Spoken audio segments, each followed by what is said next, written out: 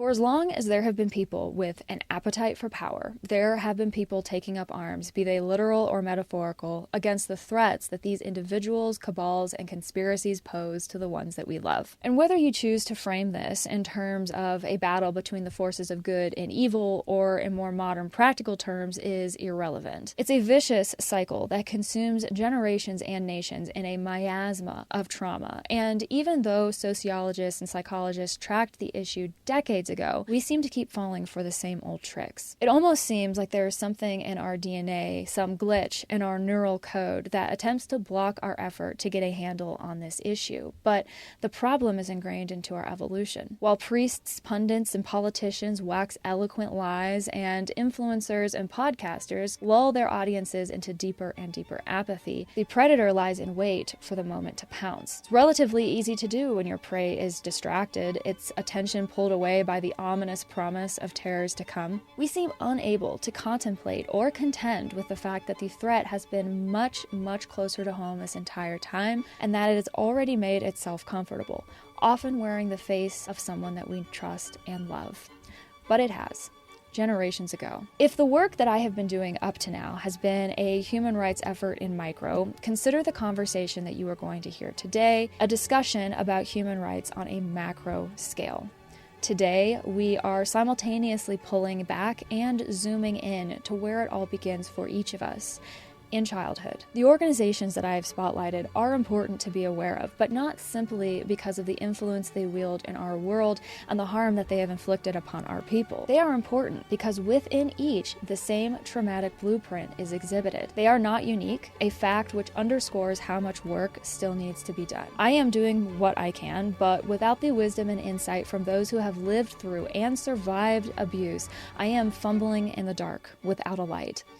I am indebted to those who have trusted me enough to tell me about their experiences and share their insights, informing my endeavor every step of the way and convicting me in the work that I am doing. That is why I am so pleased to share my conversation with survivor, author, and activist Peter E. Saunders. Raised a devout Catholic, Peter suffered a childhood of oppression and abuse, betrayed by family, priests, and the church that he loved.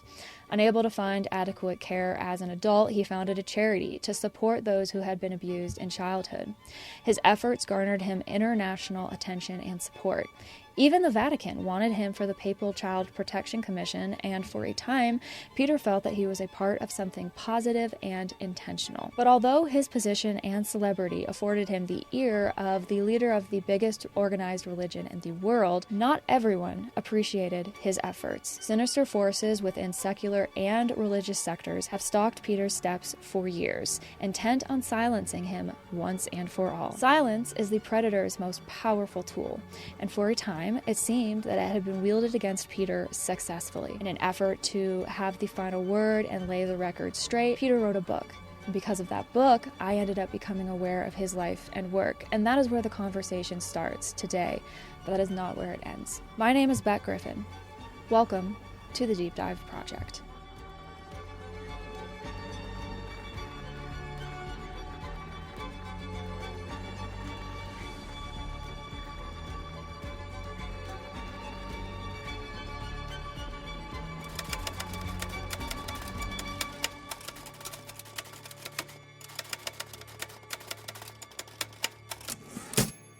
Welcome, Peter Saunders, to the Deep Dive Project. Thank you so much for being here with me today. It's great to be here, Rebecca, from quite a sunny London over here in England. So excited about our conversation today. I think that a lot of people are going to be very interested in hearing the things that you have to say and hearing your perspective. And I think that this conversation could not come at a more timely point in our world history. So for those who are meeting you for the first time, who are not familiar with your advocacy and your work and your life and everything that you are, would you care to introduce yourself just briefly to the Deep Dive Project community? Sure. I'm very difficult dealing with anything brief because I can talk for Britain. Um, but to sum me up, I would say I am primarily a survivor of childhood abuse. I was brought up in a Roman Catholic family in London. I was abused by a number of people. Um, I then went to and set up an organization for survivors of childhood abuse because there was no such organization in this country. And that was a long journey, and it attracted, and I attracted a lot of attention from the media and from obviously from survivors around the world.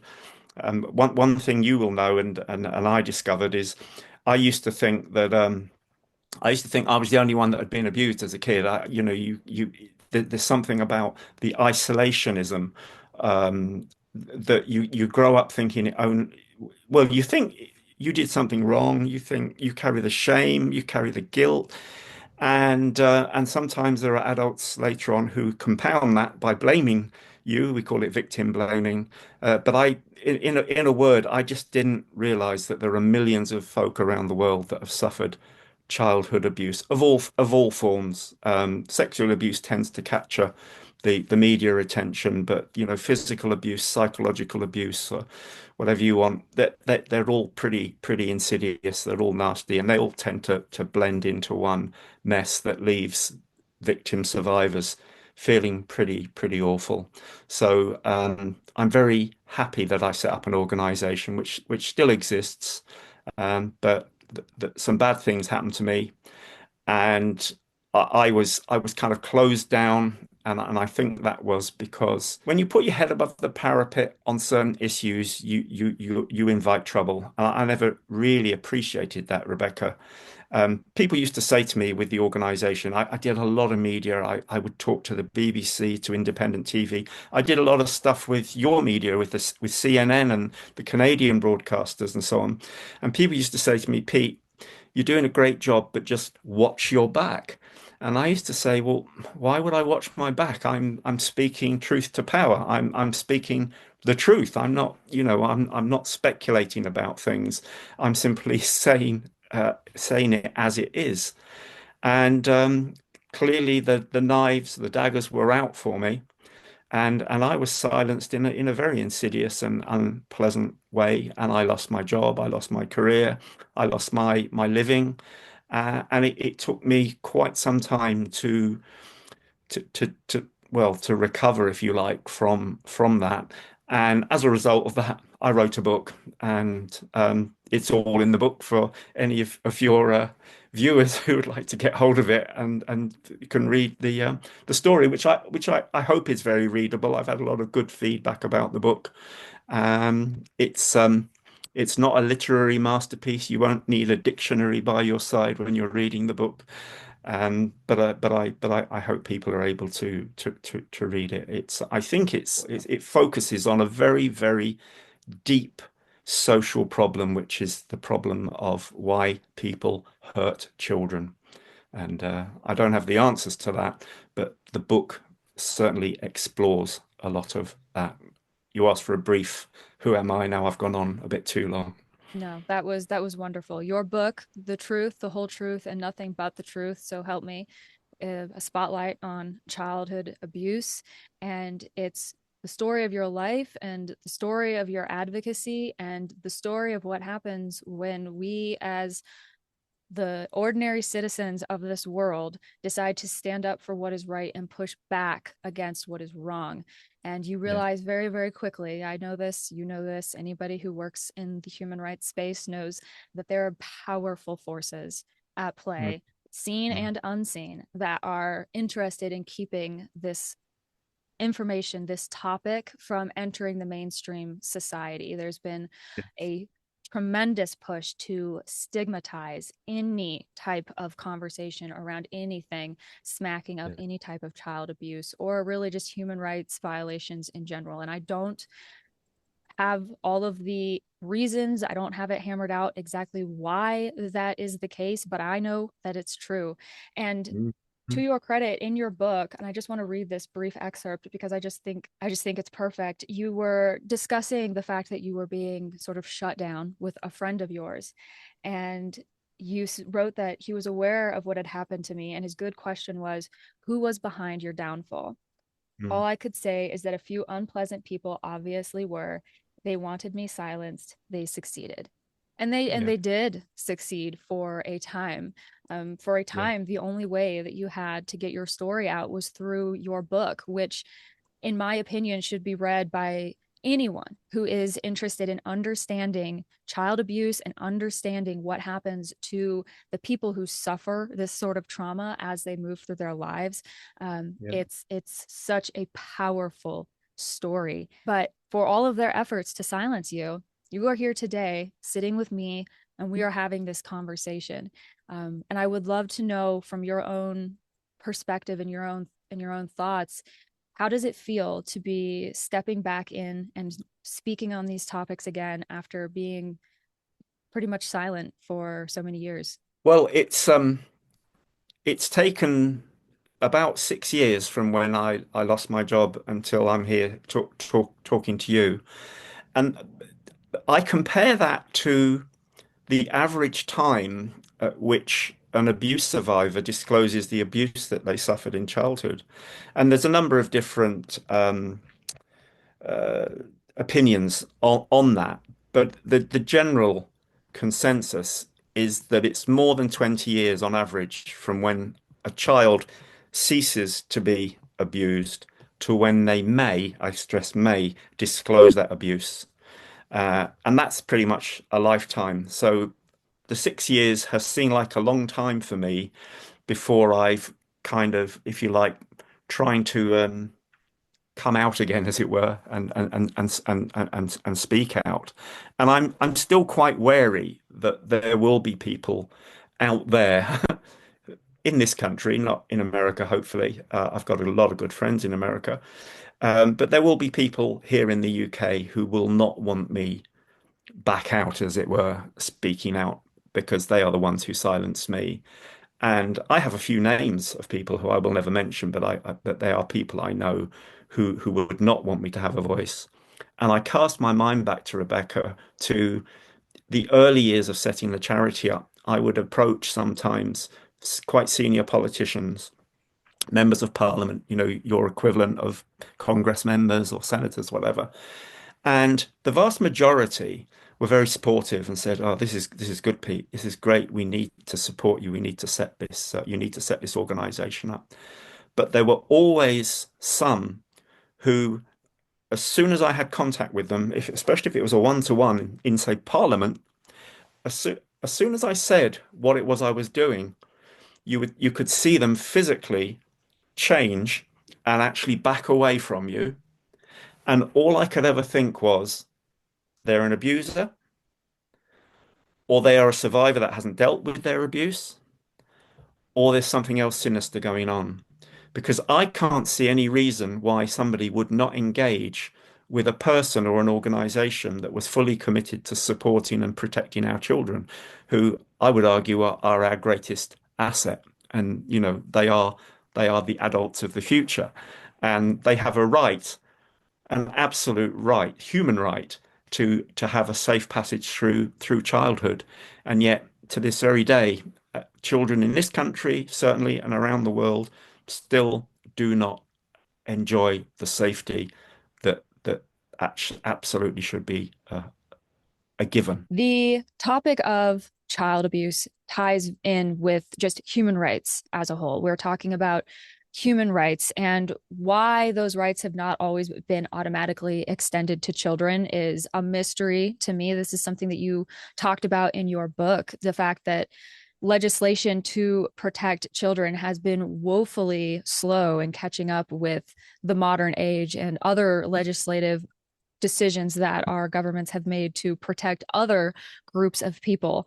And we can definitely talk about why that may be. But in your book, you talk about silence. You talk about being silenced. You also talk about silence being a protector of people who commit these atrocities, but also for the victim survivors themselves, because oftentimes it is simply beyond people to be able to grapple with this and then turn that into something that they can put out into the world as meaningful activism. For some people, that is just not something that they can do, and that's okay, because everyone has to work through and heal from the traumas and the things that we go through in this world in our own ways. But Mm. from the very beginning, the entire focal point of the Deep Dive Project has been human rights and raising awareness for the really insane conditions that people are still continuing to live in today in Western civilization, even. And Mm. I am so happy to have you here with me today because, I can bang on and on and on about these issues, and I have, and I will continue to do so. But at the end of the day, I am nothing more than a concerned member, a very concerned member of the general public, of society, somebody who believes that this information should be kept track of and recorded in some way. But my work will really only be as meaningful and impactful as people like you allow it to be. And so for me, having you here, a victim survivor of all of the stuff that we are talking about, no one can speak to these issues better than you. No one can elucidate how we should perhaps consider working through and resolving these ills that are in our society than you. Yeah. And so having you here speaking today is much more powerful than just me being here alone. And so I want to offer you my platform and my few thousand subscribers, few though they may be, they are passionate and they care. And to give you this opportunity to speak to people for the first time in 6 years. Yeah, I'm deeply, deeply grateful to you for giving me this platform and to speak to your wonderful subscribers. I just want to share something with you and with them. And it was a story I was told some years ago by a police officer who described being called out to a crime scene, a crime scene of the very worst kind. It was a crime scene where a young child had been raped and murdered and left basically in a field. And the police officer, who the I think we call them senior investigating officer, approached the crime scene, which was the body of the naked child. And upon seeing this dreadful, dreadful scene, he was quite overcome, and he removed his overcoat and placed it over the body of this poor, poor child. A policeman wouldn't and shouldn't do that. I mean, I've watched enough CSIs to know that you don't interfere with a crime scene because you contaminate evidence, etc., etc. This is going back some years. But what he did was kind of the way in which society deals with these unimaginable crimes against our most vulnerable citizens. And the way we deal with them is to cover them up, metaphorically, physically, and psychologically. We don't want to we don't want to look into that evil. We're all capable of doing pretty awful things. And I've done some stupid things in my time. I've got drunk and but I never set out, hopefully, to ever hurt somebody. And most of the people watching this, I hope, would be the same. But there are people who, and they're not all psychopaths, some of them are, but they're not all psychopaths, who set out to hurt others. And the most defenseless people in our society are children. So they are an easy target. So I've always remembered that policeman's account of dealing with the distress by covering it up, by not wanting to really see the awfulness of what one human being can do to another, and to a child. And then fast forward some years, I was talking on the BBC it was a live radio program on BBC Radio 4, which is kind of was the main sort of, if you like, highbrow intellectual radio station broadcast by the BBC. And it was a program called The Moral Maze. And it's still going to this day. And it's a weekly program where a panel of invited experts, if you like, are invited to listen to a proposition and then to debate the morality of it. I'm getting to my point in a minute. When they got in touch with me to see if I would take part, the issue that was going to be discussed was, should we legislate to protect our children from being physically assaulted or hit? Some people would just say, oh, smack. And smack kind of sounds quite, tame. And I had a lovely conversation with the producer of the program.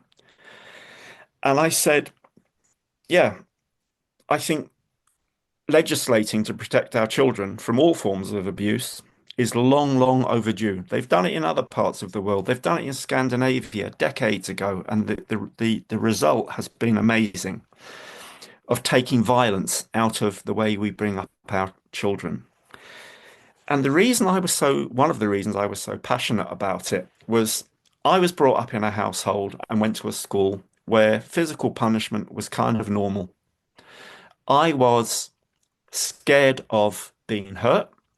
I was scared of my dad because if I did something wrong, naughty as a little boy, my dad would hit me.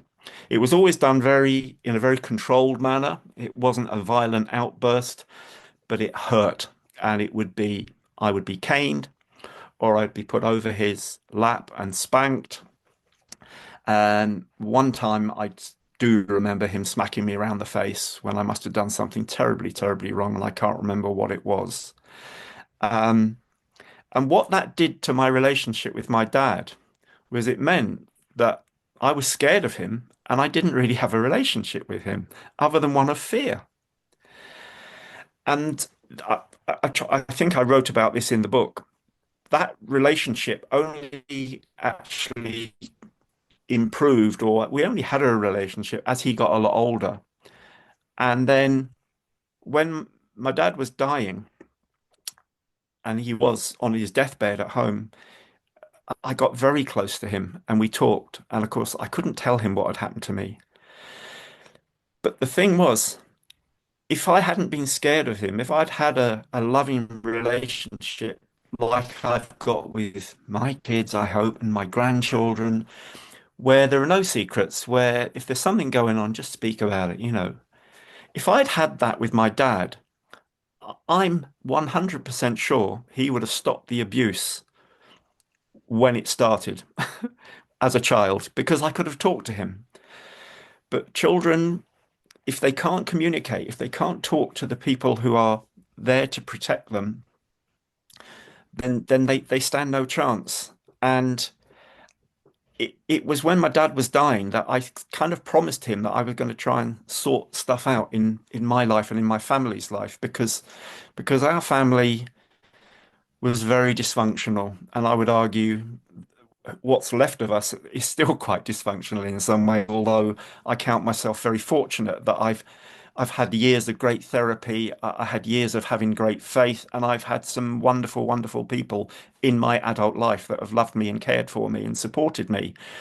Um, but many don't have that. Many fall by the wayside and end up suffer the trauma that they suffered as a child. They never ever, I don't know if the word recover is the right word, but they never kind of deal with it and are able to move on, which we should all be able to. I belong to a political party in this country called the Labour Party. And I sent a message to a member of parliament here recently saying that if our Labour government do not legislate to protect our children from physical assault, I will never vote Labour again. And of course, I haven't had a reply to that because the last Labour government, 14 years ago, didn't legislate to protect our children. And again, it's these powerful forces, and often it's of people of the religious inclination that trot out something to do with, oh, spare the rod and save the child, and all this stuff, all of which is rubbish, none of which is in any sense um, a permission to hit children. And going back to my faith days, which I still cling to in some ways, the words of Jesus was, if you hurt a child, God help you. And I think that is so true.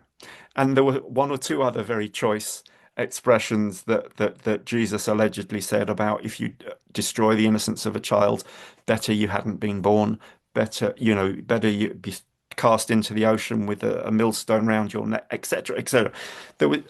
It was unequivocal that you do not hurt children in any way, shape, or form.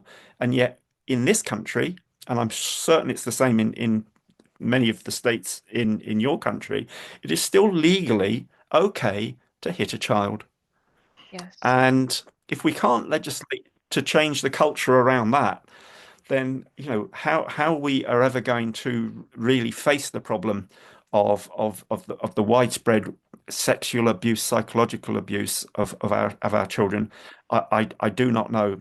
Because again, I think I say in the book that we need a culture change. We need, sadly, children can't vote.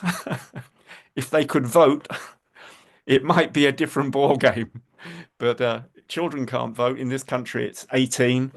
Um, if they could vote, maybe it would be a different ball game. But I think we've just got so much work to do, and survivors' voices need to be heard. And I was part of, in fact, I initiated a big inquiry in this country into what might be termed institutional abuse, which includes abuse by clergy, Yeah. but by other people from organisations, care homes, orphanages, places like that. Um, and those recommend there were some recommendations made as a result of that inquiry. None of them have been implemented yet.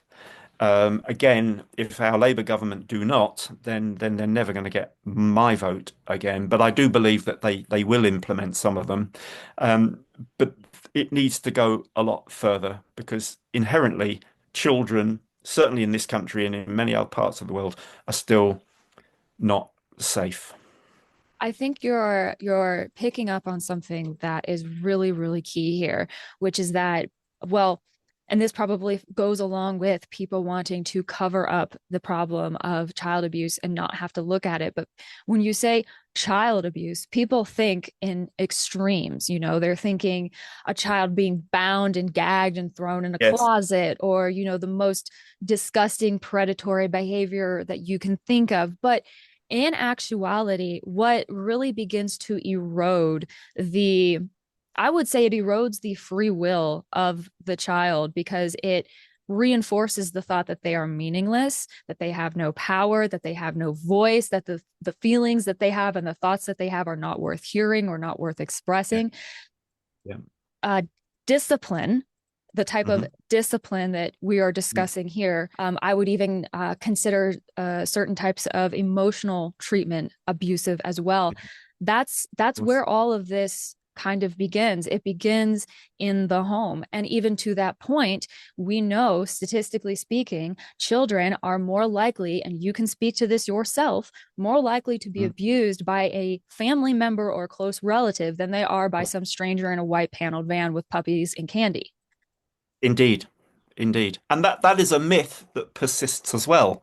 And it's a myth that is sort of promulgated and put out there that, oh, it is stranger danger. And it most certainly is not. And the statistics borne out by every bit of research that's been done around this is that children, sadly, are more in danger under their own roof than they are anywhere else, and that the perpetrator of abuse is most likely to be somebody very close to that child. And going back to the point about my dad and legislating to protect, one thing my dad was, he was very religious, he was very law abiding. Now, had we had a law that says you do not hit your kids, I know my dad wouldn't have hit us. He would have had to explore positive parenting, better ways of discipline. And discipline is about leadership, disciples, follow me. It's not about whacking kids and beating them up.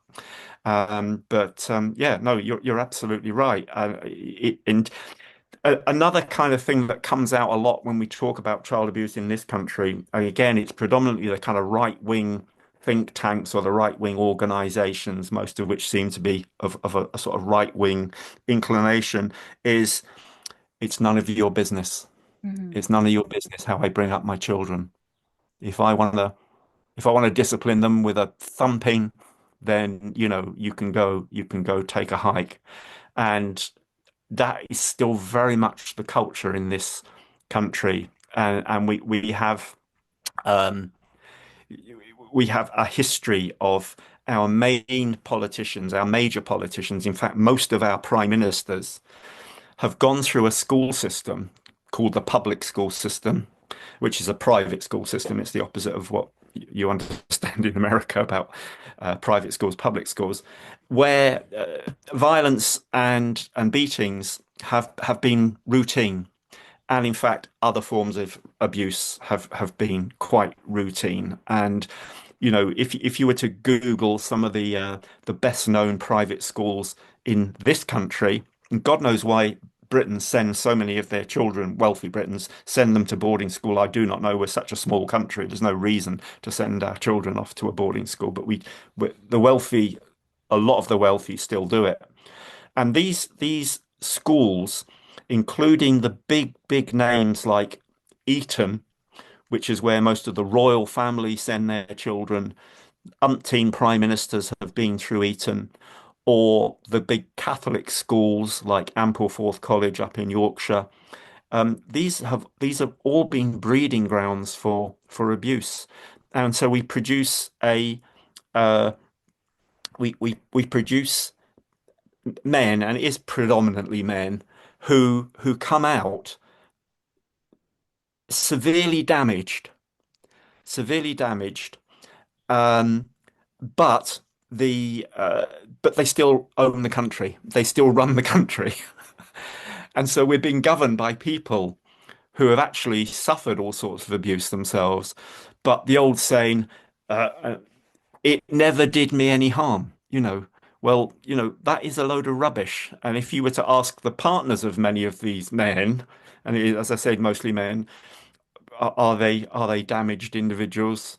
I think the honest answer from their partners will be actually they are pretty damaged. And even somebody like Boris Johnson, who I mention in my book, who was the Prime Minister, he absolutely was abused as a child. I've spoken to his sister who told me that.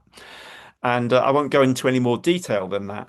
But, it kind of it gives you an indication of where this behavior comes from and where this kind of stiff upper lip comes from. That, oh well, we put up with it and we're okay. Well, actually, you're probably not okay. And let's think about the future generations. Let's not hark back to, oh, it didn't do me any harm getting raped and caned, every week. And one of my brothers was caned and abused at our school, and ours wasn't a public school; it was just a good Catholic school. But he was beaten all the time, and sexually abused by more than one of the priests at the school. And he grew up into a beautiful man, but he was an alcoholic and went to a very early grave. And it all stemmed back to his childhood and his schooling. And yeah, it's a dreadful, dreadful problem. And I'm so glad we've got to talk about it. Of course, we've got to talk about it, but I'm glad we're addressing it, and you're, giving me this opportunity to vent my spleen, Rebecca. Of course, of course. There are so many things that you're saying where I just, I, I, I relate to it on a certain level. I'm very fortunate, very blessed that I was never exposed to sexual abuse.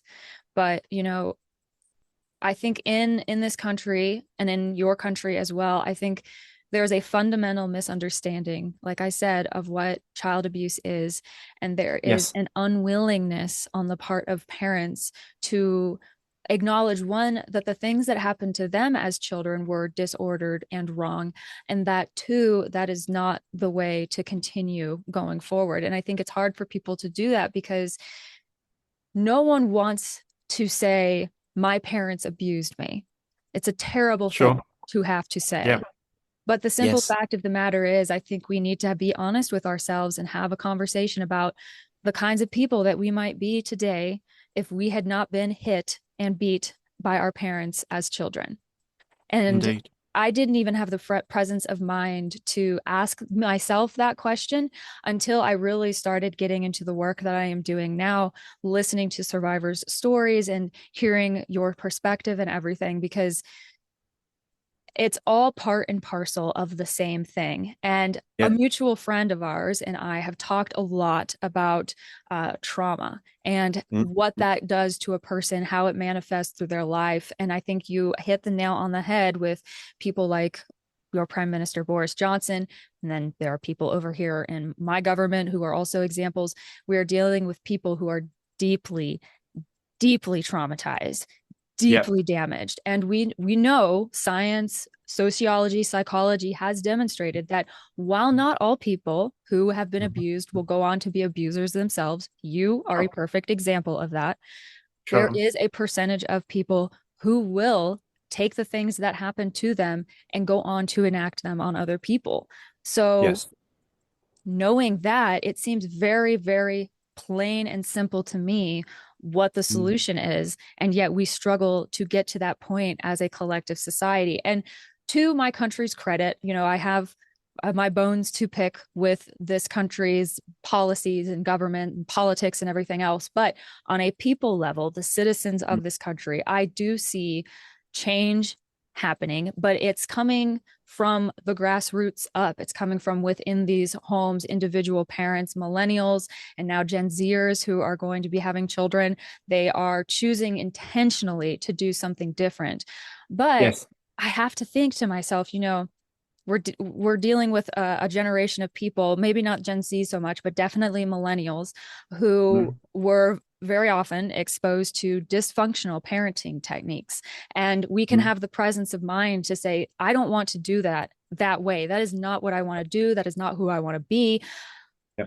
But if you don't have the tools and the resources to help people learn Yep. how to do different, how to be better, then nothing is Yes. going to change. And I think I would love to hear you talk a little bit about your nonprofit, NAPAC, and why you felt so convicted to get that up and running, because I have a feeling it ties into all of this. The motivation to set up NAPAC, to set up the charity, the not-for-profit you would call it, was because I couldn't find anywhere to turn to talk to as a traumatized adult.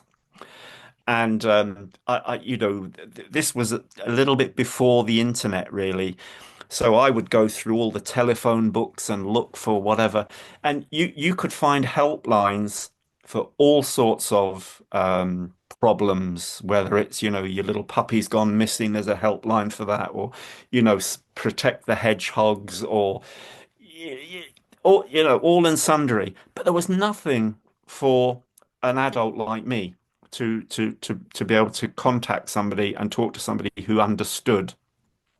And of course, there's a myriad of so-called child protection organizations in this country. I mean, the biggest one, interestingly, is the NSPCC, which stands for the National Society for the Prevention of Cruelty to Children. And it's what you said, Rebecca. There's this idea that child abuse is a cruelty issue, as in, being held down, tortured, beaten, which does happen to children, but by and large, abuse is done in a far more insidious, almost, I hate to say loving way, but that is often the way abusers work is to get close to a child by inveigling their way into their life and into their mind, and often into the family's life, particularly if it's a member of that family, because they want to abuse and get away with it. And APAC is about giving a voice to survivors. And what I very quickly discovered was that hundreds, in fact, over the years, thousands of people flocked to the charity and flocked to me personally to say thank you for speaking out. And often that was survivors mostly, but also it was often parents of children that had been abused. And again, there was nowhere for them to go. And there's still a void there for parents of abused children to turn to. We've got Alcoholics Anonymous, you've got Addictions and Anonymous, all sorts of things. But, who supports these children? And when I used to help on our helpline, we have a free phone helpline in the UK. I always remember having this conversation with a woman who rang up, and it was free phone, and so that the number would not come up on somebody's bill, which was always important to us, that people could ring kind of very anonymously and not have to. It didn't have to be shared with anyone else in the household. But this woman rang me up, and she was in pieces. She was very distressed because she'd had a conversation with her daughter. The daughter had come home. She was in her early 20s. She'd come home from work and she was very drunk. And the mother started to sort of admonish her, tell her off. And then this young woman started to say why she was drunk and upset. And the reason was that her grandfather had sexually abused her throughout her childhood. Now, this woman, it was her father who had abused her daughter. The woman said, I know she's telling the truth. My daughter would never lie about such a thing. Everybody in our family adored my dad. They always thought he was wonderful and a wonderful granddad. And she said, and when I look back, my daughter wouldn't go to her granddad's funeral when he died, whenever it was, a couple of years earlier. And she said, I always thought it was because she was very upset that she was losing her granddad, but it wasn't. It was that she just could not go to the funeral because she was glad he was gone. And this poor woman was just in pieces because she loved her dad, who was now being identified as the man who abused her daughter. The daughter was deeply traumatized. It's like ripples that go out in families. It isn't just the perpetrator and the victim, if you like. There's multiple layers of others. Now, and I must have talked to this woman for nearly an hour trying to find help for her, and in the end, she just said, "Look, you've saved my life just listening to me," and that's really that's really all I did. Um, and I said, well, where could you go? What does your life hold for you? Do you go to church? And she said, yeah. She said, but I could never share anything at church because my dad was at church. That is the kind of typical abuse, that it is done behind closed doors. It's done in silence. It's done with very, very effective psychological intimidation of the victim such that they cannot speak out about it. And sometimes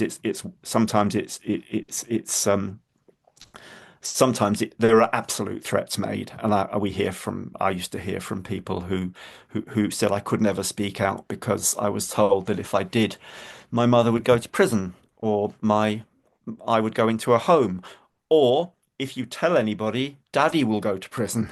What a thing to put into a little child's head. And I don't know if you have that expression in America. We have this rather stupid expression here, that goes along the lines of sticks and stones will break my bones, but words will never hurt me, which is total rubbish because I'm 60 something now, I'm old, and I still have the words going through my head that my abusers said to me as a child. That's how traumatizing this dreadful, dreadful thing is. And I'm not going to say the word proud. I'm not sure what proud means, but I was so pleased that I was able to set up NAPAC. And there have been some wonderful people over the last 5 or 6 years have said, Pete, what you did was incredible and it saved lots of lives. And but I'm not in that world anymore. And it breaks my heart, which is why I'm so grateful to be having this difficult conversation with you, Rebecca, and thank you. These conversations are We need to so we need to important. talk about it. We need to talk about it. We have to. Uh, We have yeah. to. And I, for my part, um, I am quite angry by I'm furious for the innocent lives that have been hijacked and ruined Mm, by abuse of all shades and varieties. And mm, that anger is what allows me to continue to speak about these things, bring the headlines and the news and the stories and the survivors to people's attention, because at mm. this point in time, I personally no longer care if people find this topic abhorrent, disgusting, don't want to look at it, don't touch it. I don't care. We need to look at it. People have got to look this thing in the eye, be able to Yeah. talk about it in public and address it and call a spade a spade. And that ties into the reason why that's so important. It's important so that we can get healing to people. But it's Yeah. also important because, and you mentioned this in your book, silence aids the people Mm, who are committing these atrocities. It aids keeping silent about child abuse of any variety perpetrates the misguided belief that child abuse is some extreme form of punishment that you only see in extreme cases, yes. or that it only happens with strangers, or that there's nothing that can be done about it. It's just the way things are. All of these things Yes. are untrue, and the only way that anything is going to change is by forcing people to engage with this topic. And people Yeah. dig their heels in, they get very upset, especially if they feel like you are attacking by pointing out issues within an institution. You are attacking their institution, be it a political or a religious or a social institution. That's just too damn bad. In my opinion, I hold no quarter for the silence anymore. I once met with a wonderful young woman who became a volunteer at the charity who came to see me, and she told me the story of how she had been abused as a child, and she made, I'm going to say the mistake because it was a mistake. She made the mistake of going to see her parish priest to talk to him about what was happening to her. And the response was, I can remember her words, was the priest said to her, I won't say her name, but the priest said to her, when they came for Jesus, he said nothing. When they whipped and scourged Jesus, he said nothing. When they nailed him to the cross, they said nothing. And you, young woman, must say nothing.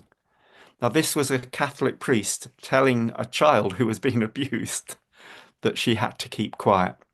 And that is what we're up against, I'm afraid. We're up against individuals like that, and they're in every institution, whether it be political, religious, whatever. They're everywhere. And you're absolutely 100% right. We have to shine a spotlight because the one thing abusers do not want is they don't want a spotlight shone on their disgusting criminal behavior, and they do not want survivors of abuse like myself and many others speaking out because it shines a spotlight on their murky and disgusting behavior. So let's keep it up. With your advocacy work with NAPAC, your advocacy work with volunteering your time just to listen and speak with victim survivors, trying to connect them with resources, you have also done quite a bit of work attempting to collaborate with the Roman Catholic Church. And unfortunately, this is a fact that is simply unescapable. The Catholic Church has a 2,000-year paper trail of abuse. And this is Mm, something that has been substantiated and well documented by the church's own historical documents. mm, There was a book that was written that presented a study that looked into all of this. It was Sex, Priests, and Secret Codes by mm, Richard Sipe et al. And I know that Mr. Sipe has since passed away, but his mm, work is exemplary. And despite the fact that that book was written in the 90s, I read mm. it a couple of years ago and it's still quite applicable, which I think goes to show how woefully insufficient the Catholic Church's efforts have been to protect children. And Mm. you wrote something in your book, and I want to read this really quick, and then I want to hear your thoughts. You wrote that when you were trying to work with the Catholic Church and trying to be heard, you said that I now know that the Catholic Church is really only interested in protecting itself and minimizing the damage. It doesn't give a fig about the people. And what I appreciate now that I didn't appreciate then was that the real church is actually the people, the ones who are Christ's followers. Do we really need an organized body that takes money from us to follow the teachings of Jesus?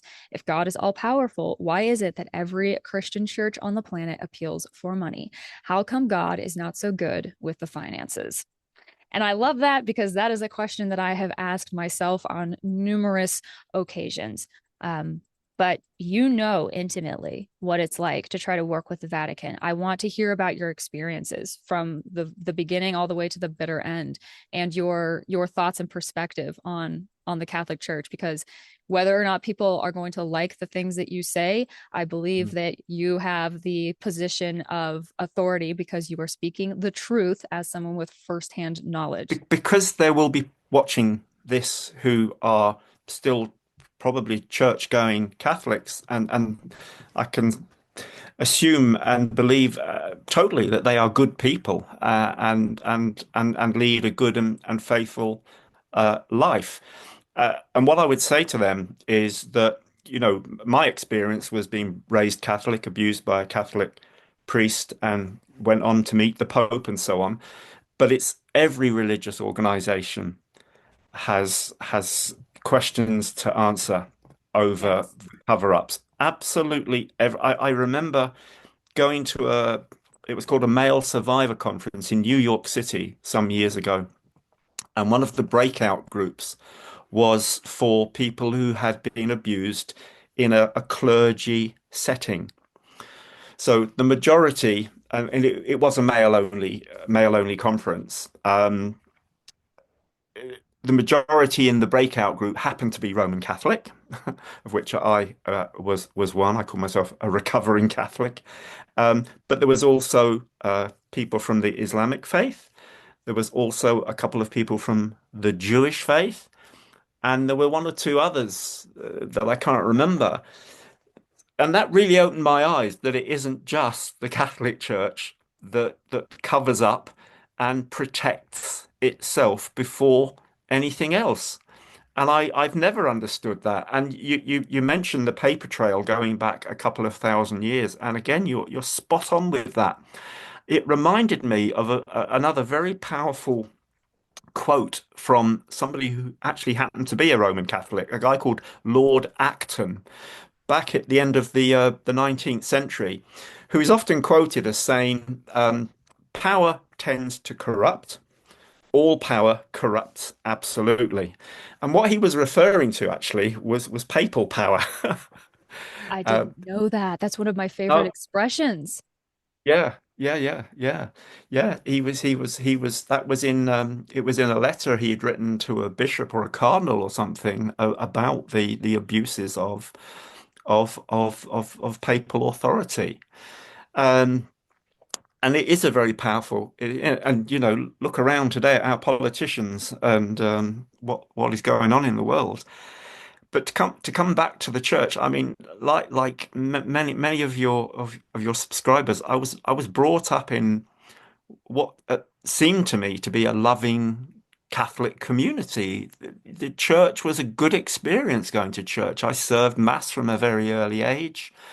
Um, it was a great place to go when you were a young teenager because all the pretty girls used to go to certain services and you made sure you went to those services. And it's stuff. And and I was I was deeply in love with the church, despite the fact that things were happening to me that one would say, and again, you battle with yourself sometimes over, well, hang on a minute, Father so and so abused me. How come I still used to go to mass?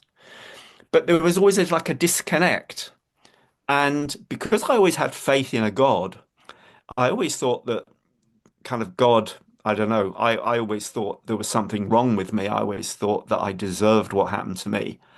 I must have brought it on myself because, it wasn't happening to anybody else. I'm certain of that. Of course it was, but I didn't know that. But I stuck with the Catholic Church through thick and thin. I went to do voluntary service in Southern Africa.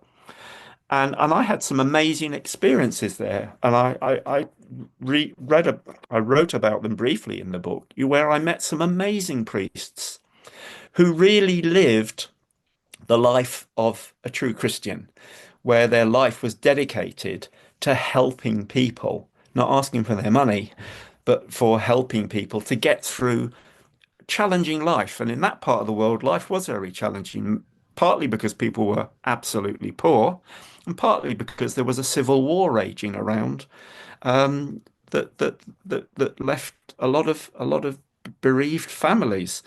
Um, then there were priests who I would never want to go near again, and who would give me the creeps.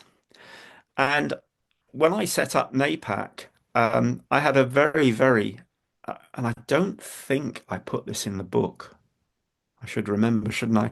But I had a very unfortunate experience not long after my dad died, and I was disclosing the abuse I'd suffered. And I was coming out of mass one day, and one of the nuns was coming out of mass at the same time, a nun that I had known since my childhood. Someone that I used to go to Lourdes with when I was a teenager to take sick people on a pilgrimage to Lourdes. And this nun, who up till that time I had always felt great affection for, she came up to me, and she knew my dad had just died not long before. And she said, are you okay, Peter? And I said, no, actually, sister, I'm not okay. And then she said, tell me, tell me. And we walked from the church back to the convent, which was about a half-mile walk.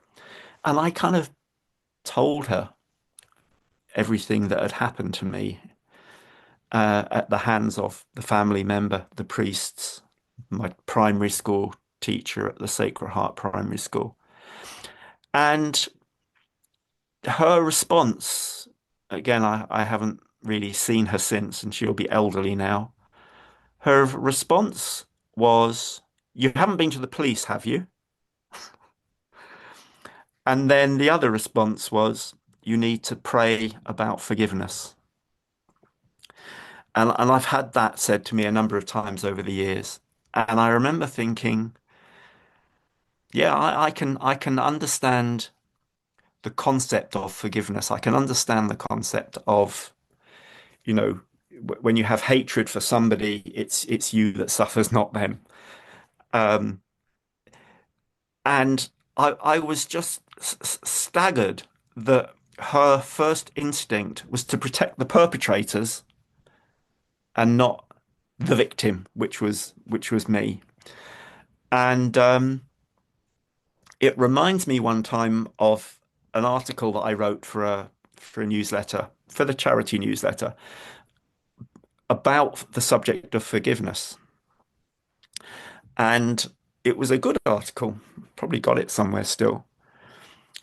And the article basically said, you cannot impose forgiveness on somebody. You cannot say, you will forgive. Um, Forgiveness can only really come about if there is true repentance on the part of the perpetrator. And believe me, Rebecca, the perpetrators of these crimes will never, ever, A, admit that they've done them, and B, they will never say they're sorry for what they've done. That's the nature of the crime.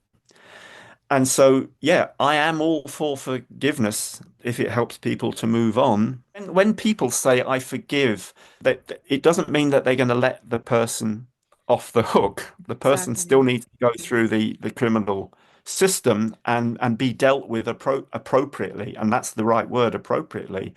And somebody once reminded me that, well, Jesus on the cross forgave the yeah. And someone else says, yeah, but he didn't spare them the death of hanging on the cross when the two alleged thieves were next to him, and he's, one said, get me down from here, you're God, you can save us. And the other one said, shut up, we deserve it, he didn't, blah, blah, blah. Yeah, I get the forgiveness argument, but it's you cannot tell someone else that they've got to forgive. You've got to. What I have always said to people who are in distress and trauma is that there are ways of moving on, and it probably involves something called therapy, Yeah. and a lot of love. Yes. And to the point about the, suffering of Christ being brought up anytime somebody is trying to raise awareness of an atrocity. And, I've run into this with my work researching Opus Dei. Mm. You, I can't even tell you how many former members of this organization I have heard or read saying that when they expressed dissatisfaction with the treatment that they were experiencing, or when they pushed back against the really unhealthy atmosphere that is inculcated inside this organization, they're Mm. told to offer it up, because the saints suffered so much and Yeah, Jesus suffered yeah, so much. yeah, And yeah. to me, I feel like this is, as someone who was raised Catholic and had a Mm. very, very rigorous faith formation, I am Mm. baffled by that perspective because that Yeah, goes against everything that I was taught. If you yeah. are a Christian, you believe that Jesus Christ died for your sins, that he Mm. suffered the pain of death so that Yes, you would not have to suffer it for eternity. So why yeah, in the world are we continuing to haul ourselves up on this cross with him in yes, to suffer when that price was already paid for us? I do not understand it. Get down off of the wood. We need yeah, the wood to build communities for these people. Like, get sure. down off the cross. Yeah, And then also with that, and the sister that you mentioned talking to and sort of pouring your heart out to her, her Mm. response is very indicative of the mental conditioning that Yeah, people are exposed to and brought up within religious society. And it's not just the Catholic Church. And I want to be very, very clear on that. While that has been the focal point of my research, that's just because I understand the religion very well. But as you yeah, say, it happens across all religions and all strata of society. No one is exempt. But within religious societies, especially, I think that there is a very specific type of conditioning that happens to mm, where you essentially lose your ability to view the institution that you are now a part of as a threat, because it introduces too many other questions. And to that yes, point, there was something that you wrote in like the first half of your book, and let me see if I can find it really quick because I just think mm, it makes my point. You are quoting Mark Twain, and you said he summed it up perfectly when he said, when even the brightest mind in our world has been trained from childhood in superstition of any kind, it will never be possible for that mind in its maturity to examine sincerely, dispassionately, and consciously any evidence or any circumstance which shall seem to cast a doubt upon the validity of that superstition. Now, I yeah, think that that might be a bit of an extreme statement on Mark Twain's part. I don't believe that just because somebody was brought up in a religion that they can't see the forest for the trees and objectively yeah, engage with these problems. But sure. that does happen to an awful lot of people. And you Yeah, see that very quickly whenever you are trying to raise awareness about human rights issues and abuses and that kind of thing. And people yeah, really, really push back against that. You'll hear things like, why are you attacking the Catholic Church? Like, why aren't you talking about all of the good things that the Catholic Church has done? You just mm, have an axe to grind. All of these different, and I'm sure you've heard them all too. Um, mm, mm, I don't understand why we cannot hold two things to be true at the same time. We can hold that religious communities can be tremendous resources and benefits to people's lives, while mm, also maintaining the perspective and the belief that there are people who will use that religious system to take mm. advantage and prey upon other people. And I Yeah, cannot help but feel that that is in some way facilitated by the environment that is inculcated inside certain very strict religious sectors, yes, Catholicism, Islam. I've heard of it in Eastern religions, Buddhism, Hindu. I mean, it does happen everywhere, but there's something specific that happens to somebody's brain when you're in this very strict, dogmatic Yeah, environment. And I think you ran yeah. up against that pretty quickly whenever you started trying to work with the Catholic Church. And I would love to hear you talk about that a little bit. Yeah, I did. And I was also very fortunate that I encountered and had dinner on more than one occasion with Dick Sipe before he sadly died a few years ago, and my other good friend Tom Doyle, who was also a Catholic priest and a very outspoken spokesperson, if you like, for victim survivors. And they had seen what was going on, if you like, from the inside of the institution. And it's very, very, I'm not a greatly read person, but what I've read about the way in which, for example, many young men uh, become become priests, and it is again predominantly men, although women do abuse as well, and Catholic nuns have a sordid history in this country of abusing children in homes and places.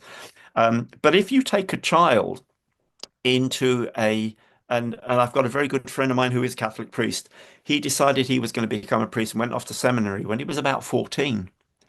So before he had a chance to, should we say, have a normal childhood and adolescence and, should we say, a sort of sexual awakening, whatever you want to call it, suddenly he's cast into a situation where he's not allowed to speak when he's eating his meals. He has to wear this. He has to call somebody. He has to call everybody father or brother, and he has to completely suppress all his normal basic human instincts, which if you believe in God, you believe that God created man in that image, and God created us to be sexual beings and to have relationships and to love one another. And many of these clergy are denied that human need. And I think it was Richard Sipe talked about, the Catholic clergy are supposed to be celibate. You wrote about this And I think extensively, yes. he did. And he researched it and came up with some very interesting figures around the sheer number of priests who cannot be celibate and end up having relationships with adults. And there's nothing wrong. That's absolutely fine in my book, whether it's whoever it is, as long as they're an adult and they're a consenting adult and it's a loving relationship. And interestingly, when I was on the Papal Commission, sitting in a room in the Vatican with a couple of cardinals and some bishops and stuff, there was an acknowledgement that there are many priests around the world who are in relationships with primarily a woman, and there are children running around. I think I Richard don't think there's anything wrong with that. I think Richard in his book, he said that it's something like slightly more than half of all Catholic clergy members Yeah, are non-celibate. They have partners, they have families, they have a yeah, life outside of the church. And in that book that I referenced earlier that he wrote, they lay out the history of the Catholic Church's stance on celibacy and all of the different times throughout all of the different councils over literally 2,000 years. They have yeah, continued to double down. No, you've got to be celibate. You have to be yes, celibate. In order to be a yes. Catholic clergy member, you cannot have a family. You cannot, poverty, chastity, and obedience are the standards by which you live. And Mm, in my opinion, the refusal to acknowledge that as disordered in any way has contributed to this problem. yes. And the other thing that struck me was that one of the many ways that the Vatican tried to hit back or push back on the reality of all this was that they then turned to blaming uh, homosexuals. It suddenly became a homosexual problem. Yes. And again, it's a very clever diversion Yes. because, I have relatives who are gay and they're the most beautiful people in the world who would never harm a soul. And within my family. And the idea that these people, these senior clerics said, "Oh, it's a homosexual problem," it's utter rubbish. It's about traumatized people who end up in organizations that give them an immense amount of power. And there are few people in communities more powerful than the clergyman, the priest, the parish priest, whatever. It's when a priest came to our house, it was like a visit from God. You know, Yes. out came the best glasses, and would you bless? Can we say the Rosary, Father? Would you bless our food? And it was, that they are revered people, but they're just people. Yeah. And that's what I also discovered when I met the Pope, to come back to that, was I actually got on with Francis when I met him.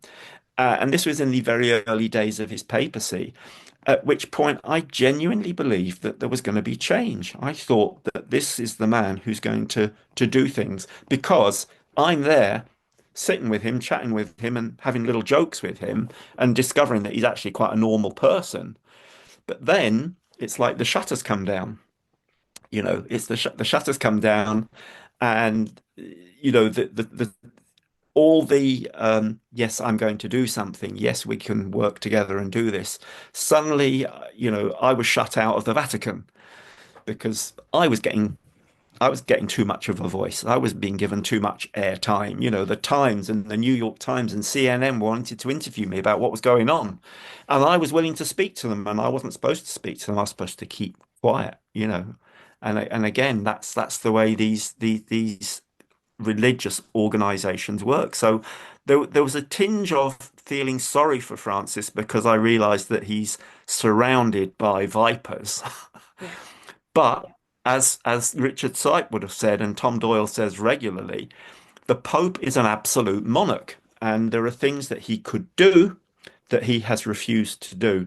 And I know that there's been some real advances in some parts of the world with the church, principally, I suspect, in America, because there's been powerful voices in your part of the world. But you look to other parts of the world, and the church is still dominant and is still infested with people who are abusing children and vulnerable people. So sad to say, I don't believe that the institutional church is capable of change. And when Francis dies, God knows who's going to come next as the next pope. But it's 2,000 years and counting, and I don't see any prospect for change, which breaks my heart, because, as I said, I used to be such a what you would call devout Catholic, and now I'm kind of the opposite. This is a little bit of a tangent, but it ties into what you're talking about just with the Catholic Church's general unwillingness to really meaningfully contend with these issues.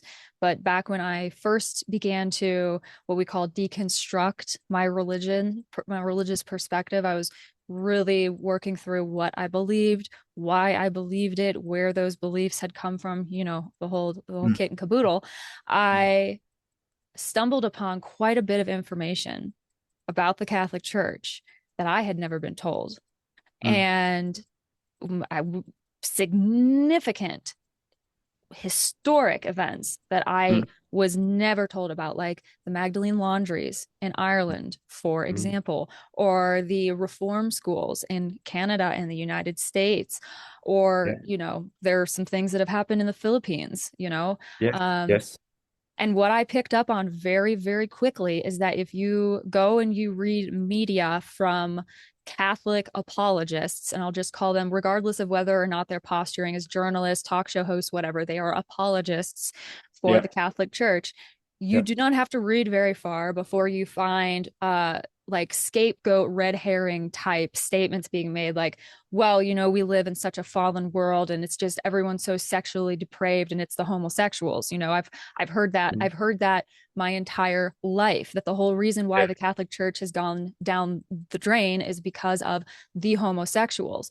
When in mm, reality, mhm, this has been a very long standing problem. It's not new and it's not recent. And that's another thing, too. There are theories bandied about within the Catholic community of these, like, sinister movements by like individuals representing the Freemasons, for example, well, they've infiltrated the Catholic Church. And so that's why the Catholic Church is the way that it is today. And you and I know that that's horseshit. Mm. But people believe Mm. that and they buy into it hook, line, and sinker.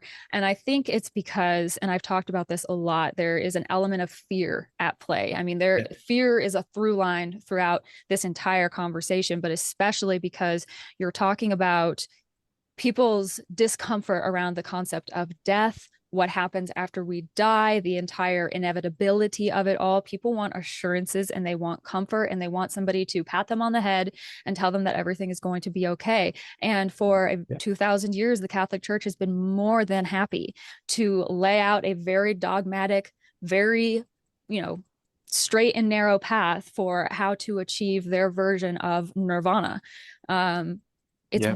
it's really interesting when you start digging into that Mm. stuff, and it becomes pretty clear that a lot of the accusations being made against these supposed, hostile forces, it's coming from within the organization, and it's coming because there is that unwillingness to admit that there's any type, Mm. because these people have so much power. And if and and Yeah. there's more of us than there are of them, and if people realized and woke up to the fact that this is really what this institution is, and all these institutions in our world, how corrupt they Mm. truly are. And I think you see Mm. people are slowly pulling back from, they're pulling back from involvement in organized religion, they're pulling back from involvement in politics. Here in my country specifically, since the 2024 election, there is a huge segment of society that is politically homeless now because we do Yes. not identify with either political party in this country. So Yeah. there are changes coming and happening, but like I said, it has to come from the grassroots because it's not going to come from the top. And people waiting for someone to come in and save them is going to end in heartbreak for Yes. everyone. And Yeah. you found that out for yourself. There was an event that transpired that essentially led to your uh, permanent removal from the pontifical commission that you were a part of. And I would love for you to get into that if you are comfortable doing so, because I think that situation and that story, it's recent and it encapsulates exactly what we're talking about here. I think very early on, when I joined the Papal Commission, they thought, as in, because I got on, when I arrived in Rome, when I was invited to meet the Pope, I hit it off with him straight away. I had a conversation with him, and it's in the book. And I think I think that the senior clerics thought, we've got a good Catholic boy here, who's going to be good for public relations, to be honest, um, because at that time I was still, you could say I was still not playing the Catholic card, but I still had my faith, and I still, believed in God. I wasn't very impressed with the Catholic Church anymore, but I was willing to give it a chance because it was the church of my upbringing, and my parents were very devoted to the church. Um, and they asked me to attend as one of the principal speakers the first press conference after I was invited to join the Papal Commission, which happened a few months after I met the Pope. And so they had me in front of the world's press, and I had a go at the Pope. He had basically endorsed that it was okay to hit kids, and I said, "This, do you know you can get all this on YouTube? I didn't even know that." Mm-hmm. But I said that, he made a grave error of judgment. And, what would he know about bringing up kids? He's a priest and he's been a priest for 50 years, for God's sake. He doesn't know about children and all that sort of stuff. And I even said, he would have probably made a wonderful grandfather had he gone down a different road, because in his life he'd been in love with a woman, he said, when he was a young person, and could have ended up going down a different route. Of course, in a different world, he could have also been a priest and a wonderful father as well. But that's the thing. So when I criticized Francis publicly, um, it made headlines, and clearly it upset the Vatican, and it upset the PR people at the Vatican, principally their main sort of PR guru, who was subsequently replaced by someone from Opus Dei, funnily enough, which you probably know all that. There was some very other weird things that went on in Rome. You know, Hmm. we were given talks by people who weren't interested in child protection. They were clearly interested in how to protect the church from bad news. And I was thinking, what is going on here? And I am a bit slow, but I realized then that the whole thing really was just window dressing. It was just a public relations exercise to say that, you know, the church is going to do something about this issue. And there was one cardinal, and I always remember, he's dead now, Cardinal Pell from Australia. Yeah. Yeah, Yeah. a woman I know on the commission, a lovely, lovely woman, who sits in the House of Lords in this country. She met Cardinal Pell when she was over in Rome, as part of a parliamentary delegation, and she actually asked Pell about the issue around abuse, and Pell, who was a cardinal, of course, at the time, said, "Ah, it's all been dealt with. It was, he just basically poo-pooed it and brushed it aside." He also said, and I quoted him again on British television, which didn't go down very well with the Catholic community, was Cardinal Pell said, and you may have heard this or not, but I don't know. He said, "Well, you know, if a truck driver picks up a woman and rapes her, you don't blame the truck company for the actions of that driver." I said, "Hang on a minute." I said, "Yes, you do blame the company because they are ultimately responsible for the actions of their employees. Yes. They are, is it vicariously responsible, whatever the word is. But critically, that company would hand over all that information about that driver to the police, whereas the Catholic Church sends their rapists to another parish or to Hmm. another diocese Or to a or to cushy another retirement home in country Florida. or a cushy retirement home in the sunny south." Exactly. And the more time I spent at the Vatican, the more I realized I was kind of part of something that was really pretty evil, to be honest with you. And looking around at some of the characters that were there, mostly clerics, I have to say, just gave me the creeps. But I had a good relationship with the media. I spoke with a number of other people at the time. Uh, I said that it was time that the Pope came and visited his commission to hear from us. He didn't. And I spoke to the media about that and said that I was appalled that, you know, he would go to other meetings, but he wouldn't come and meet with us. Why? You know, who was stopping him? Was he stopping himself, or was somebody else saying, "Oh, you don't want to go there, Holy Father, you know, it's all being dealt with, because we don't want change." And I said all this to the media, and the next day I'm in Rome. The next day I go into the Vatican, into the meeting, and the commissioner are kind of all sitting around a big table. There's a crucifix up there and there's prayers. And then they started on me. "Why did you speak to the media? You know, you did some interviews with the Times and with this and Washington Post and whatever." And I said, "Yeah, I did." I said, "Because I think it's time that we brought this issue out into the light." And I said, I foolishly said, I also suggested that we should actually perhaps live stream these meetings so that the world can see what we're discussing, those who are interested, because we're talking about the safety of a community of over 1 billion people, which is the Catholic community in the world. Well, in in the commission, it was a, "What? No, no, no. Everything has to be everybody has to be done behind closed doors. We have to." And one commission member, who I remember very vividly, a Polish woman, said, "We have to do this in secret." And I said, "Well, look, there you are. There is the problem. If everything is done in secret, that's exactly why abuse persists, exists, and continues because we are not addressing it. We are simply, yeah, Wasting yeah, everyone's it time. frustrates, wasting everyone's time. And I felt so sorry for some of the poor nuns who were there because a couple of the nuns had come up from Africa and they weren't being flown first class like the cardinals and the bishops.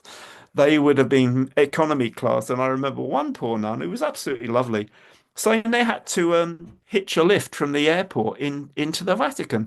Well, there was a limousine turned up when I arrived. So they were even treating their own people, the women, if you've seen Conclave, I don't know if you've seen that film yet, but if I you haven't, haven't, not yet. I'd urge, I'd urge you to watch it. Um, so they treat their own people appallingly. And at that same meeting, they said, well, we feel that probably you need to step aside, Pete, and maybe we can find another role for you.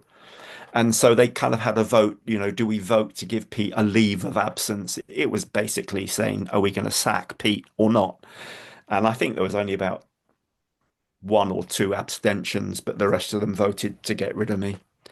And, And that was it that. was that was that, and I've had quite a good relationship with Cardinal O'Malley, who was the Archbishop of Boston. Him and I liked him, but like many or most religious, he is sort of totally part of the system, totally part of the system. And my Catholic priest friend who is here, who's a little bit younger than Cardinal O'Malley, but he's still getting on.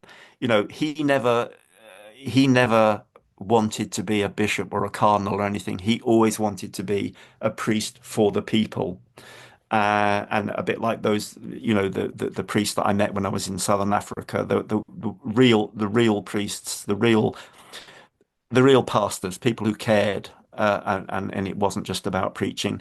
And I think O'Malley was came across as a very humble, decent man, but there's lots of buts because there was stuff going on under his watch in Boston, and I don't think there's a cardinal or a bishop on this planet that hasn't got blood on their hands, to be quite honest with you, and I think that's really, really sad. It's incredibly sad. And unfortunately, for my own part, I mean, learning about all of this stuff, reading all of this information for the first time, filling in all of these gaps in the history, you hear it, and it kind of goes back to what Pell had said, about you don't blame a trucking company if a trucker hits somebody, which is bullshit. But also that idea that like there's no institutional problem. It's just a couple of people, few bad apples. But the problem that I have always come back to, and I have yet to get a clear, concise answer from anyone who supports that perspective. The problem Mm. for me with that is that at the end of a day, an institution is nothing but the people who are in it. If there are no people in that institution, the institution ceases to exist. And so for me, learning all this information as a Catholic at that time, I was just like, oh my God, if I Mm. continue Mm.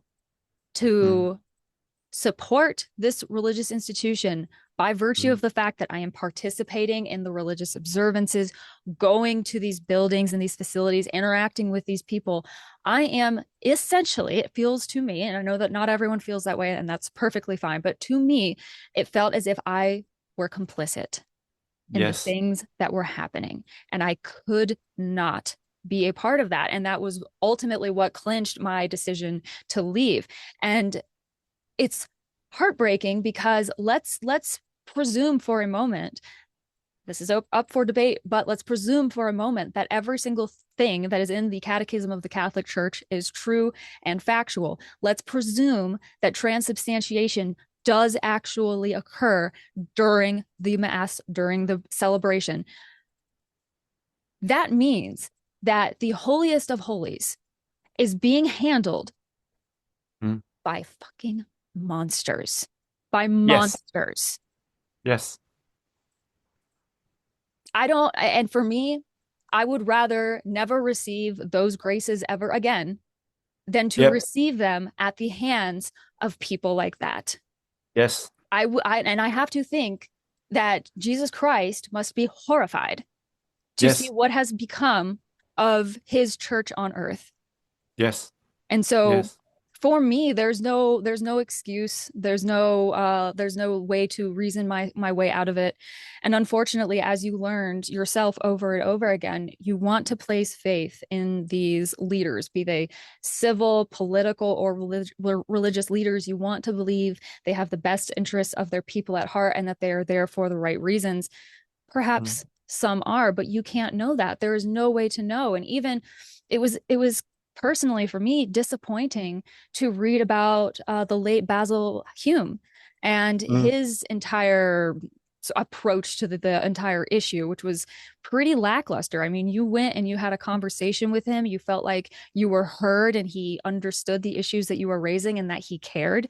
But Mm. ultimately, nothing really changed. And that was really, really hard for me to read because Basil Hume also had released some written statements basically telling Opus Dei to step off and to stop sort of infiltrating these religious communities to recruit people. And he was very, very polite in the way that he did it, very politically correct and everything. He was like all about, cultural differences and, things that are acceptable here aren't acceptable over there and so on and so forth. But at the end of the day, that was the message that he was trying to send. But again, Yeah. unfortunately, not much has changed because pretty shortly after he released that statement, he passed away. And We did. after he passed away, Opus Dei was gifted a church somewhere in the UK, a church community. And I can't remember the name off the top of my head, but you might know yourself. Um, There's a number of them around oh, the I'm sure UK there's now. there's more. There are more that have been added Yeah. over the time, but that's a perfect example of, we're on our own. We're on our own, and expecting any of these institutions to do anything about them is a waste of effort in my time, in my opinion. And I think you learned that for yourself as well. But you talk about in your book the positive experiences that you had working with media and interacting with members of the law enforcement community and everything.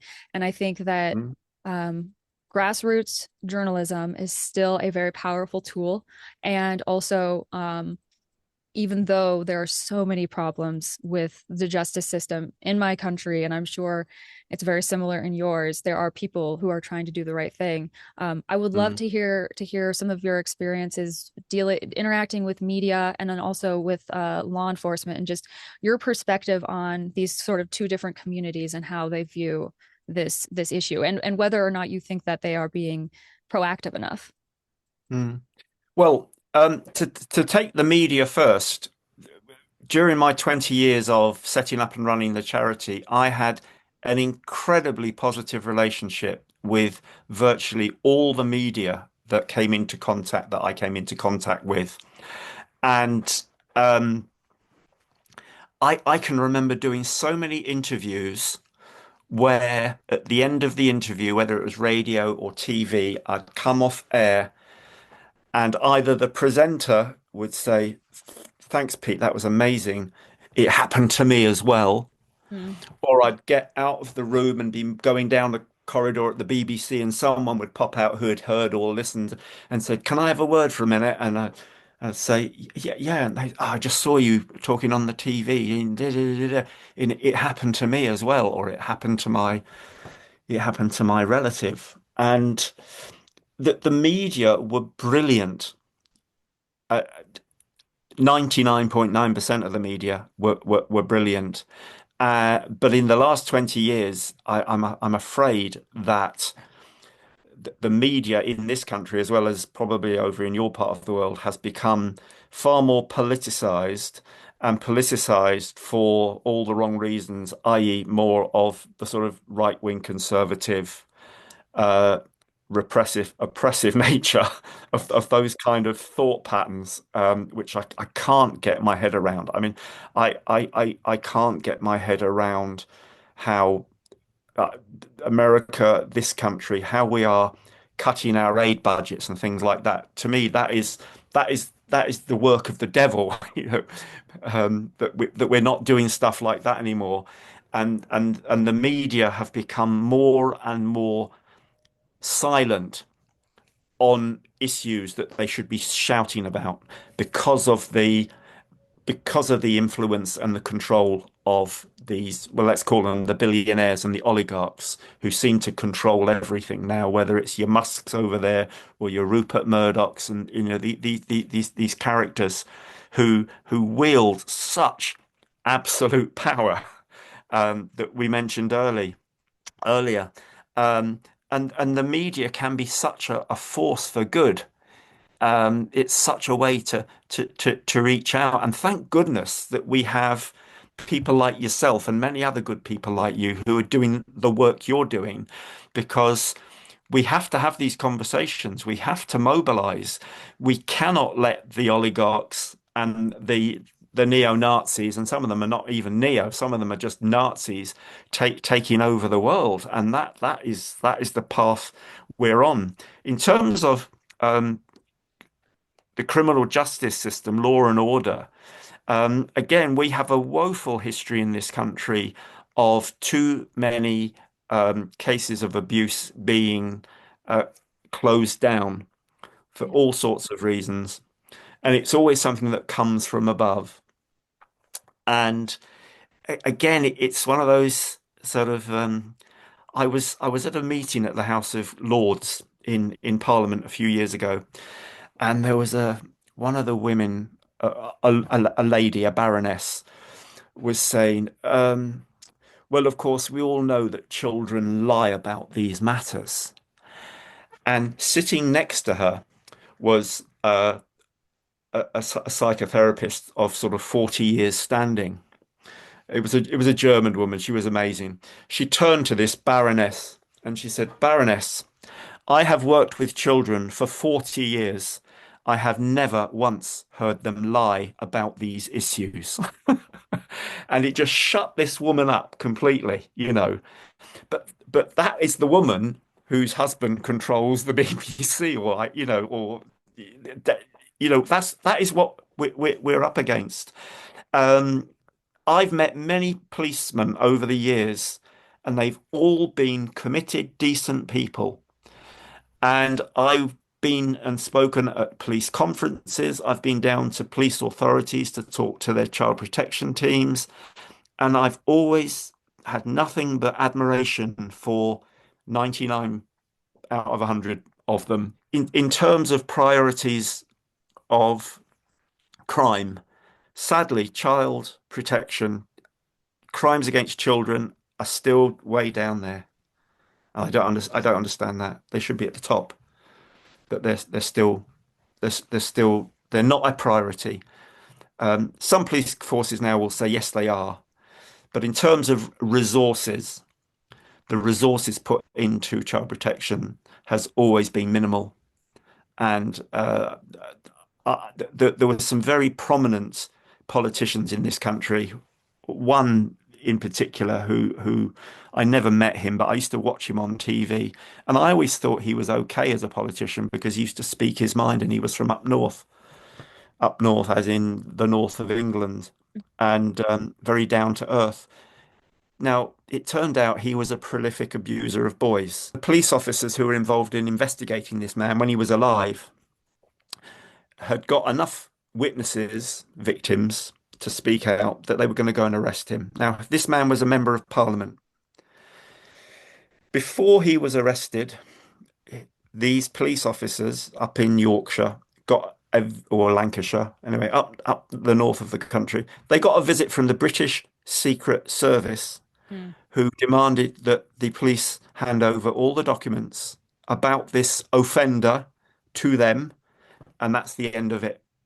No further action. NFA, it's called. No further action. So that man was able to carry on abusing until he died, which thankfully he did not all that long afterwards. But how many lives had he ruined? And because he was a local MP, he was going into boys' homes where he was beating boys and raping boys, and he got away with murder. And the police were powerless to do anything because somebody at the top of the political tree deemed it was not going to happen. Your book was very eye-opening for me because I learned about some of the things that have happened in your region of the world that I didn't know about. And that's part of what has made my work so interesting is that I am gaining a much broader perspective of the world because I keep an eye on news headlines from different countries all around the world. I don't just pay attention to North American legacy media. Sure. And so through your book, I learned about people like Jimmy Savile, for Yeah. example, which Yeah. I am shocked that I had never heard his name before. But given what I read in your book, I suppose I shouldn't really be that surprised. Sure. He was essentially the Jeffrey Epstein of Yeah. your country, and Yes. he was protected all up and down the chain by all sorts of kinds of people who would have stood to lose too much or would have been Yes. exposed themselves had they done the correct thing and brought him to justice the first time. Yes. Yes. And he was a man who whose offending first came to light, would you believe this, back in the 1950s. So he was abusing young girls in the 1950s. He was, I believe, arrested. He then intimidated the victims, maybe paid some money. And from that time until his death, 50 years odd later, the number of victims were countless. And you are right, he was protected by political forces. He had the local police force under his thumb. And he was a most intimidating character. I actually physically came into contact with him once, and this was interesting. And this was quite a few years ago. It would have been about 35 years ago. I was living up in the north of England, and I'm a cyclist, and I was out on my bike with a couple of my training pals.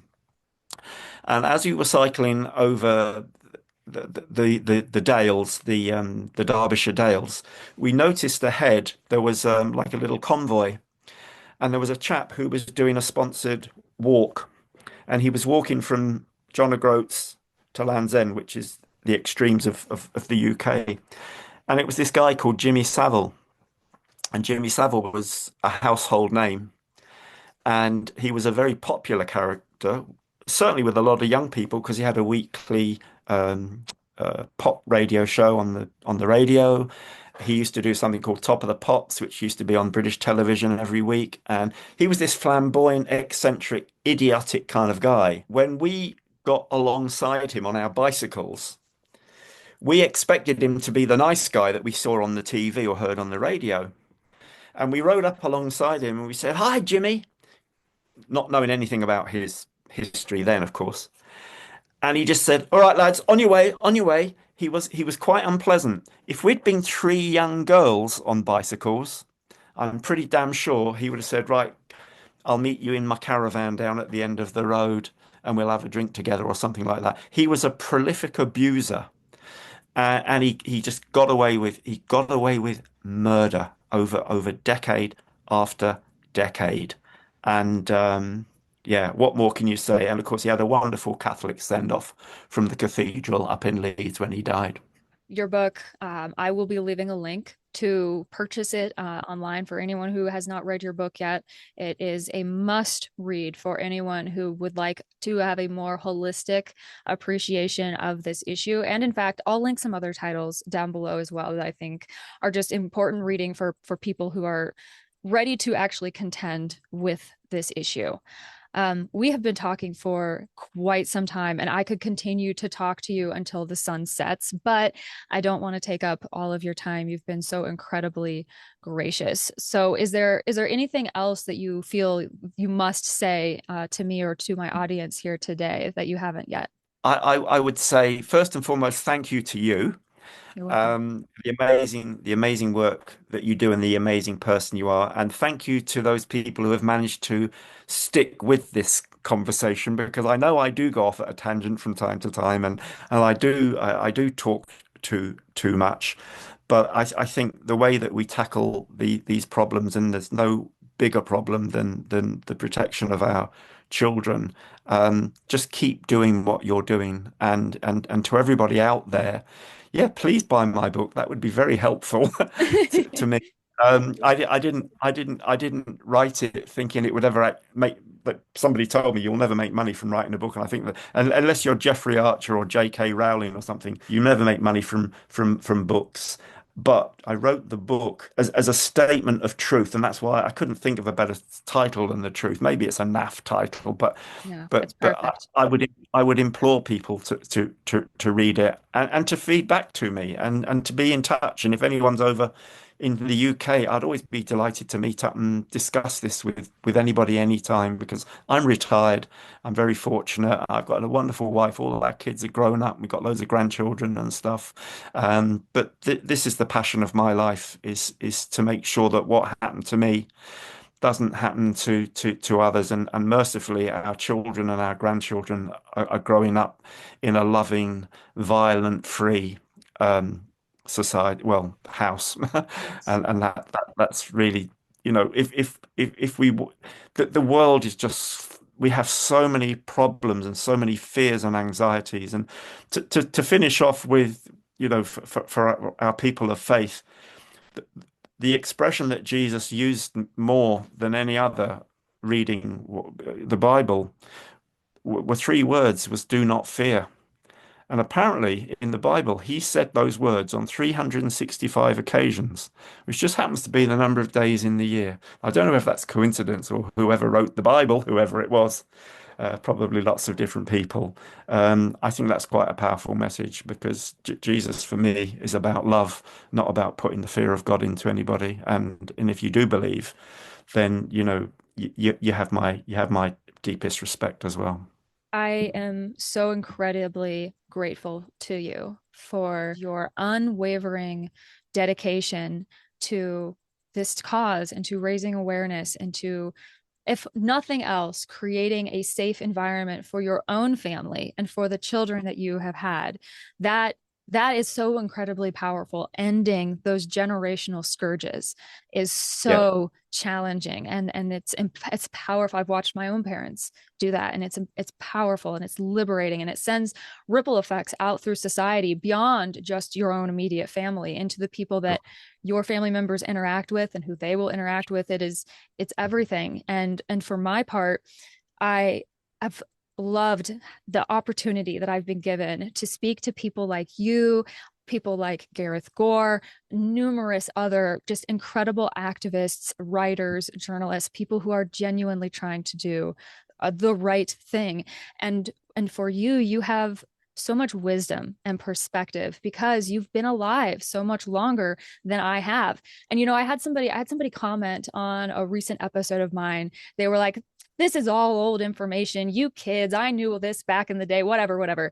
And I was like, yeah, but you got to refresh the information every couple of generations. You got to keep it current and you got to keep bringing it up. And that's why I'm so appreciative of you sitting down with me here today, because you have lived through all of this, all of the decades and decades and decades, different political leaders, different church leaders. You've met so many figures. You understand this issue and a depth and a level that somebody my age probably wouldn't, just because you've lived it and you've lived those years. We'll get there ourselves eventually in time, but we need the guidance of people like you and people like your wife and organizations, charities like NAPAC and SNAP and all the rest. Even though they have their own challenges too. Nothing is perfect, but it's also important. So, with that being said, where can people find you if they are interested in reaching out to you? If they read the book, there are social media contacts in the book. I am contactable, and of course, the book is written by Peter E. for Edward Saunders because there's lots of Peter Saunderses around. So I thought to differentiate myself, I better use my full name. I'm just Pete to my friends and to most of my family. But yeah, always delighted to hear from anybody, and I would always respond. Awesome. I will include all of those details, links to your social media and everything down below so that people can reach out to you if they so choose. I have a feeling that this is not going to be the last conversation that you and I have. I Um, hope so. so I am looking forward to the future because I do believe that we have the power to change the course and the trajectory of our society. That's a Mm, conviction that I hold dearly, and I know that you hold it as well. And it's been incredibly galvanizing for me to be able to speak with you, because this can be very, very isolating work, and it can often feel like you are either shouting alternately at a brick wall and or into a void. And so when these bright little spots of humanity come in and touch your soul, mm, that is, it's powerful. So yeah, thank you sure. for being with me here today. I look forward to talking to you again, Rebecca. Thank you. I hope that you enjoyed listening to this episode. If you haven't already, please consider subscribing and sharing this interview with someone that you know. If you want to reach out, Pete's contact information, a link to purchase his book, and where to find him on social media have been left in the description below. If you would like to connect with me, you can also find my social media and email in the description of this episode, along with a link where you can virtually buy me a cup of coffee for $5. The Deep Dive Project is a fully independent venture, and due to the nature of the information that I am sharing, episodes are often not eligible for monetization or are throttled by YouTube's algorithm. So I am deeply appreciative of everyone who has supported my caffeine-fueled endeavor up to now. My recent supporters are listed here on screen, and I am forever grateful for their support and generosity. Lastly, if you or someone that you know is in need of mental health support, I have linked a variety of global mental health resources down below. Life is hard, but we do not have to go at it totally unequipped or unassisted. If you need help, please reach out. Thank you so much for being here, and remember, no lite te bastardes carborundorum. Don't let the bastards drag you down.